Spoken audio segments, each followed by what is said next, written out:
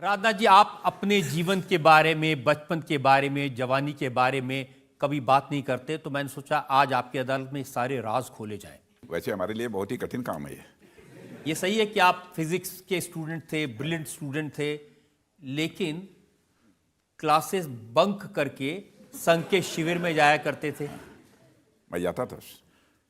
जब मैं class 9th में था उस समय ही मैं राष्ट्रीय स्वयं सेवक संघ की शाखाओं में मैं बराबर जाता था, नियमित रूप से जाता था। और जब आप लेक्चरर बने, टीचर बने, तो बहुत सख्त टीचर थे आप?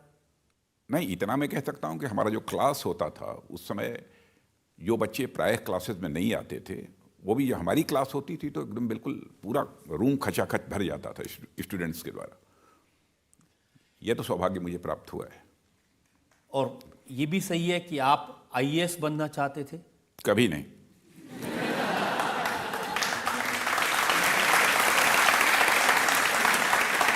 मैं आईएएस नहीं बनना चाहता था, बल्कि मेरे मन में इच्छा भी पैदा हुई तो आर्मी में जाने की इच्छा पैदा हुई थी। मैंने उस समय एक एग्ज़ाम भी दिया था एनडीए का, लेकिन यूँ ही मैंने एग्ज़ाम दिया उसी समय हमारे फादर की डेथ हो गई थी। वहीं पर छूट गई चीज़, क्योंकि आगे मैं प्रोसीड नहीं कर सका। और फिर उसके बाद एमएससी किया, और यूनिवर्सिटी के vice chancellor professor P T Chandy हुआ करते थे।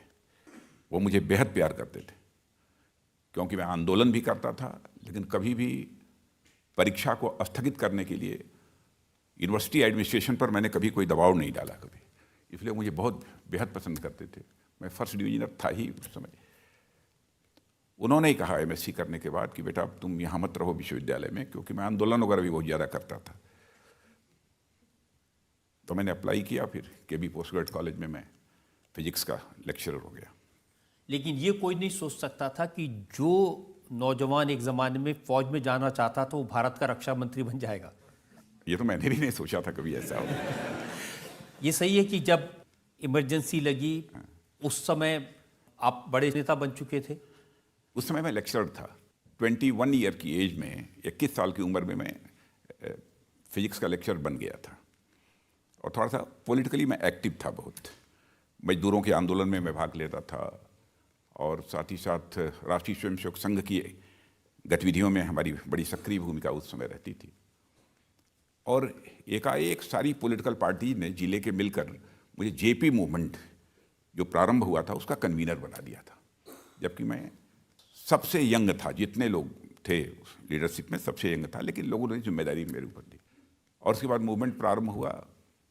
मैं 18 महीने तक मैं जेल में रहा, लगभग 17.5 महीने या 18 महीने तक मैं उस आयु में जेल में था। लगभग 23 वर्ष की उम्र थी। पकड़े कैसे गए? मैं हमारी नई नई शादी हुई थी, घर पर था मैं उस समय।